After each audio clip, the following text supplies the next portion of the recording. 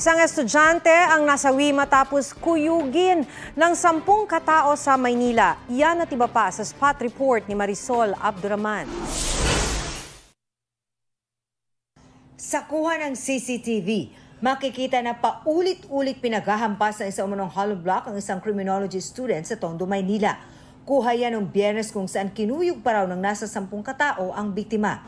Ayon sa mga kaibigan niya, nag-ugat ang insidente ng masagi ng biktima ang isa sa mga suspect sa labas ng isang bar sa Tondo. 4 dito sa hindi bababa sa 10 suspects natin ay walang sabi-sabi, pinaghahampas sa muka ng hollow blocks itong ating biktima. Basag na basag po yung mukha, halos di po makilala, kulay itim po yung ganito, nakasarado yung mata. Patuloy pang kinikilala ng mga pulis ang mga salarin. Walang kahirap-hirap na nabuksan at nalooban ng isang vape shop sa Pasig City. Matapos ang 5 minuto, lumabas ang 2 suspect na may mga dala ng sako. Ipinasok nila ito sa isang SUV sa Tumakas. Tinatayang nasa 200,000 pesos na halaga ng items ang natangay.